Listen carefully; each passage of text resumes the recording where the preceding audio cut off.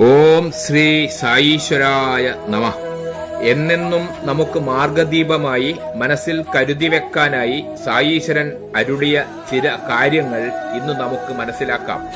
ഒരു ബന്ധവും ഇല്ലാതെ ആരും എങ്ങോട്ടും പോകുന്നില്ല. എന്തെങ്കിലും കടപ്പാടോ മുൻജന്മ ബന്ധമോ ഇല്ലാതെ ആരും ഒന്നും ചെയ്യുന്നില്ല. അതിനാൽ ആരെയും നിന്ദയോടെ ആട്ടി അകറ്റരുത്. ആര് നിങ്ങളെ സമീപിച്ചാലും ആദരവോടെ പരിഗണിക്കുക. ദാഹിക്കുന്നുണ്ടെങ്കിൽ വെള്ളം കൊടുക്കണം. വിശപ്പുണ്ടെങ്കിൽ ആഹാരം നൽകുക.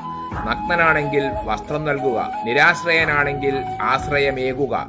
ഈ വിധം ചെയ്താൽ ഈശ്വരൻ പ്രസന്നനാകും. ചിലർ നിങ്ങളോട് കടം ചോദിച്ചേക്കാം. കൊടുക്കാൻ കഴിയില്ലെങ്കിൽ കൊടുക്കണ്ട. പക്ഷേ അവന്റെ നേർക്ക് നായിയെപ്പോലെ ഉരച്ചു ചാടരുത്. നിങ്ങളെ നിന്ദിക്കുന്നവർ ഉണ്ടാകും. ഒരിക്കലും അവരോട് തിരിച്ച് പരുഷവാക്കുകൾ ഉപയോഗിക്കരുത്. അവരെ വേദനിപ്പിക്കരുത്. അവരോട് ക്ഷമിക്കുകയും വേണം.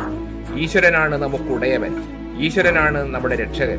സായീശ്വരനെ പോലൊരു ഗുരുവിനെ കിട്ടണമെങ്കിൽ അതിമഹത്തായ ഭാഗ്യം തന്നെ വേണം. ഓം ശ്രീ സായീശ്വരായ നമഃ.